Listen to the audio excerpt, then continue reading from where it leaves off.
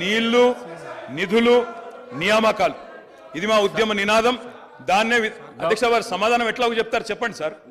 సమాధానం ఎట్లాగో చెప్తారు. Leader of the house. Speaker sir,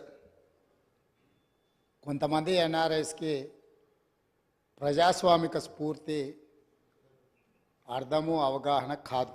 మనం ప్రయత్నం చేసినా కూడా వారు తెలుసుకునే ప్రయత్నం చేయరు. ప్రజాస్వామ్యంలో 49కి 0 వాల్యూ ఉంటుంది, 51కి 100% వాల్యూ ఉంటుంది.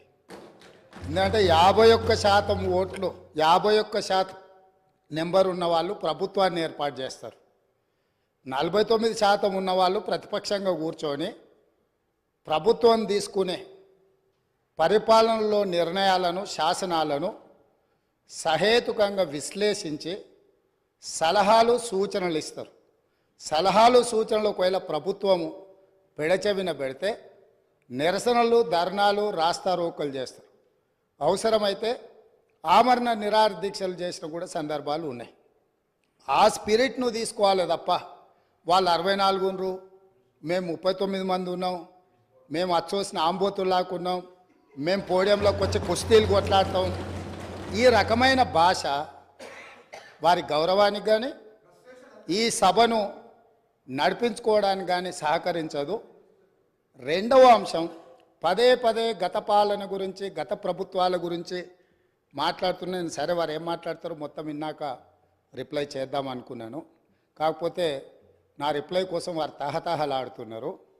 గత పాలనలో యూత్ కాంగ్రెస్ వైస్ ప్రెసిడెంట్గా కల్వకుంట్ల చంద్రశేఖరరావుకు అవకాశం ఇచ్చిందే కాంగ్రెస్ పార్టీ.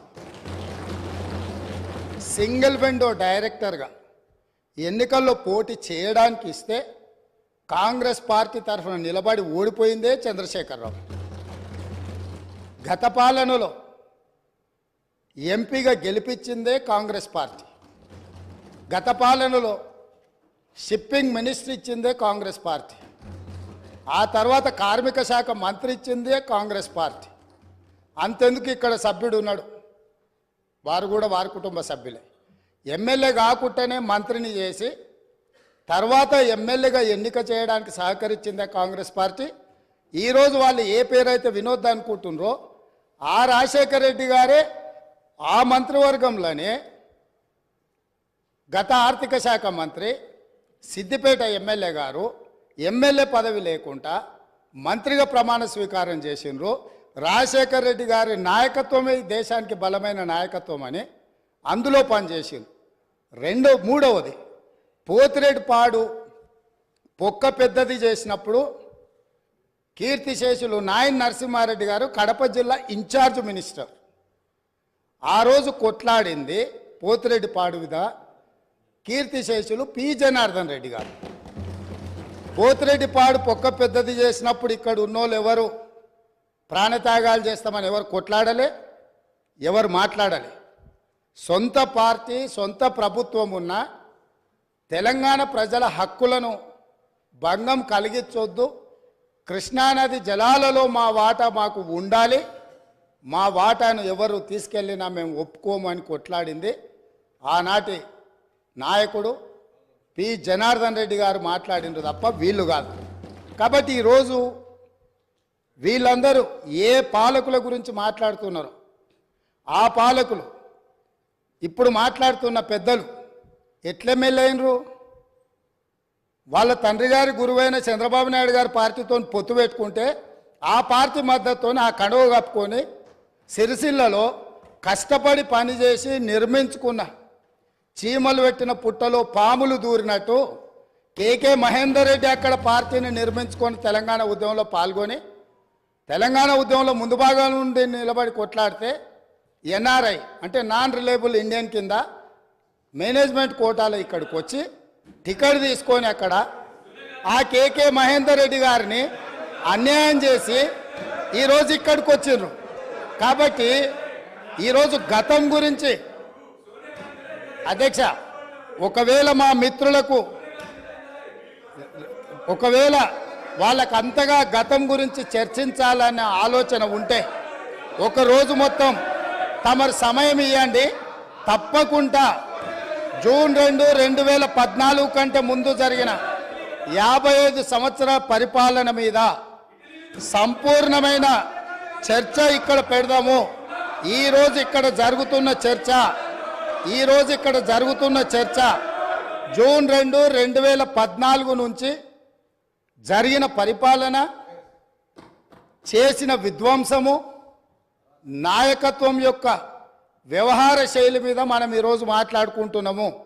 కాబట్టి వారికి గతం గురించి చర్చించాలనే కోరిక ఉంటే మాకు ఎలాంటి అభ్యంతరం లేదు. గతంలో జరిగిన పరిపాలనలో ఇక్కడున్న వాళ్ళకి చాలామందికి పాత్ర లేకపోవచ్చు, కానీ అక్కడున్న వాళ్ళకు చాలామందికి పాత్ర ఉంది. ప్రత్యక్షంగా మంత్రులు చేసిండ్రు.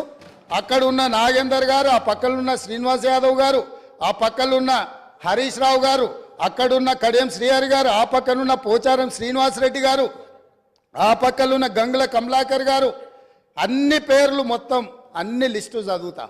వీళ్ళందరూ కూడా ఈరోజు వారు ఏదైతే పాపాలు జరిగినాయి అంటుండ్రో ఆ పాపాలలో సంపూర్ణమైన భాగస్వామ్యం వాళ్ళదే ఉన్నది. వరంగల్ ప్రాంతంలో జరిగిన ఎన్కౌంటర్లకు ఎవరి కారణమని చర్చ ఉంది అధ్యక్ష? ఈరోజు వారే మాట్లాడుతున్నారు. ఏమని గవర్నర్ ప్రసంగంలో మొత్తం కాంగ్రెస్ పార్టీ మేనిఫెస్టోనే పొందుపరిచిండ్రని చాలా సీనియర్గా పనిచేసిండ్రు మంత్రులుగా. గవర్నర్ గారి ప్రసంగము పార్టీ యొక్క ఎన్నికల మేనిఫెస్టోను మంత్రివర్గంలో చర్చించి మా ప్రభుత్వం యొక్క భవిష్యత్ కార్యాచరణను మంత్రివర్గం ఆమోదం చేసిన తర్వాతనే గవర్నర్ గారు ప్రసంగిస్తారు. పరిపాలనలో అనుభవం ఉన్న వాళ్ళు, గతంలో ఈ రకమైన నిర్ణయాలు చేసిన వాళ్ళు కూడా ప్రజల్ని తప్పుదోవ పట్టించడానికో లేకపోతే వాళ్ళ యజమానులను సంతోషపెట్టడానికో ఎందుకు మాట్లాడుతున్నారో నాకైతే తెలియదు. నేను సభ్యుడికి సూచన చేస్తున్నా.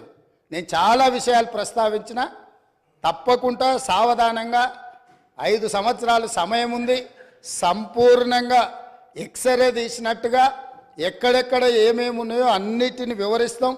మా ఆర్థిక మంత్రి గారు, డిప్యూటీ సీఎం గారు జరిగిన విధ్వంసం ఏంది, ఆర్థిక నేరమేంది, అన్ని విషయాలు ఈ సభలోనే తమరి అనుమతి తీసుకొని చర్చకు పెట్టి వాటన్నిటిని విశ్లేషిద్దాం.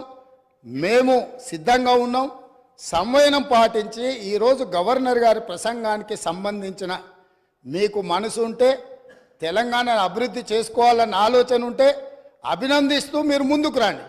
లేదు మేము ఇట్లనే ఉంటామంటే పిల్లి శాపనార్థాలకు ఉట్లు తెగిపడవు. ఈ శాపనార్థాలు పెడుతూనే ఉంటారు జీవితకాలం. కాబట్టి దయచేసి ప్రతిపక్షానికి నేను సూచన చేస్తున్నా, మేం పాలకపక్షంగా మా విజన్ డాక్యుమెంట్ని సభలో పెడుతున్నాం. మీరు సలహాలు సూచనలు ఇవ్వండి. సహేతుకమైన సలహాలు సూచనలకు ఎప్పుడు మేము సిద్ధంగా ఉన్నాము.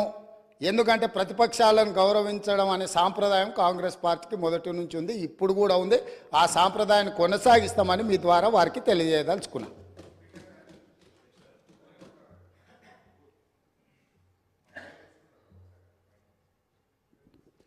వారు మా పేరు తీసుకున్నారు అధ్యక్ష.